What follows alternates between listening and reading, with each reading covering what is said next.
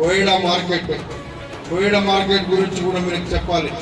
ఇక్కడ కోహెడా మార్కెట్కు ముందు అనుకున్నాం మేము. ముందు ఎప్పుడో నేను ఎమ్మెల్యేగా ఉన్నప్పుడు 10 సంవత్సరాల కింద ఇక్కడ ఒక మార్కెట్ తేవాలని అనుకుంటే అది ఇప్పటికీ పూర్తి కాలేదు. ఇప్పుడు ఇక్కడ ల్యాండ్ అక్విజిషన్ మాత్రం చేసినారు కాబట్టి ఈ బ్యాంకుకు నేను ముఖ్యమంత్రి గారితో మాట్లాడితే 350 కోట్ల రూపాయలు ఈ రాష్ట్రంలో ఉండేటువంటి అన్ని మార్కెట్ కమిటీలు జమ చేసినాయి. మనకడ 350 కోట్లతో కట్టాలని మనం ముందు అనుకున్నాము.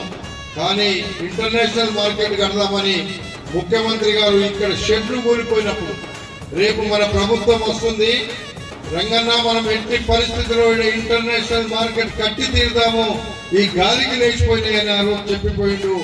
నేను ఆ మాట గుర్తు చేస్తే అవును, ఆ రోజు మనం మాట అన్నాం. 4,000 కోట్ల రూపాయలతో ఇక్కడ మార్కెట్ రాబోతుంది. మనిషికి ఏ అవసరం ఉందో తినడానికి అన్ని ఇక్కడ పెట్టబోతున్నాం అనేటువంటి మాట కూడా మీకు నేను మనవి చేస్తున్నా.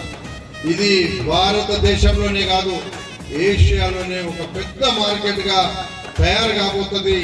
దానికి డైరెక్ట్ గా ఔటర్ రింగ్ రోడ్ నుంచి మన గ్రామాలకు ఇబ్బంది లేకుండా, మన గ్రామాలకు ట్రాఫిక్ సమస్య రాకుండా ఔటర్ రింగ్ రోడ్ నుంచి ఆ యొక్క మార్కెట్ కు లింక్ చేయబోతున్నాం అనేటువంటి మాట కూడా మీకు నేను మనవి చేస్తున్నా.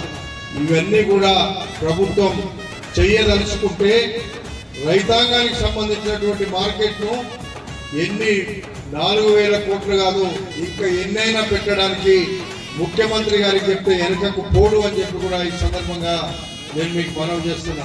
ఆ నమ్మకం, ఆ విశ్వాసం నాకు ఉంది కాబట్టి నేను ఆ విషయాన్ని చెప్తున్నానని మీకు తెలియపరచుకుంటున్నాను.